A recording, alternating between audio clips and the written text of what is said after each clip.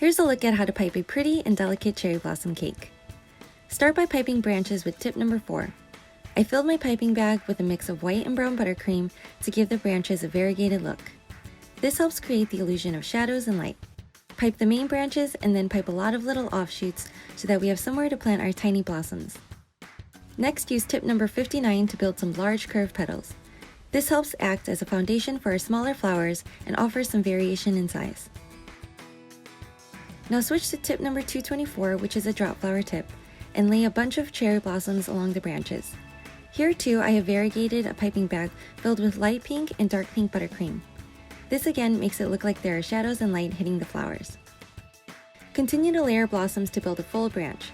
Some can be piped in little clusters and others individually to bring a realistic variation to the tree. It's also beautiful to have some of these delicate flowers flying away with the wind. This helps make the design look light and airy. Here's an angled view to offer you a different look at how they're piped. Let's move on to the sides of the cake. I piped a few new branches coming out of the bottom and continue to pipe the little blossoms in the same way I did on top.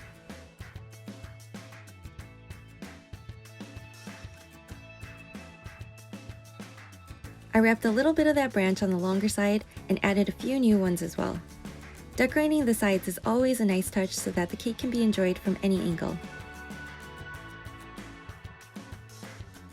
On this side, I extended the branch from the top of the cake and brought down some of the florals so it looks seamless.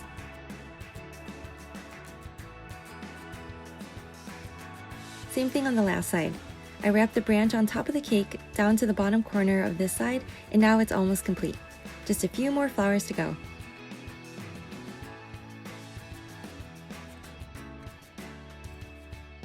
Lastly, grab some white nonpareil sprinkles and place them all over the cake to help the overall design look even more airy and delicate.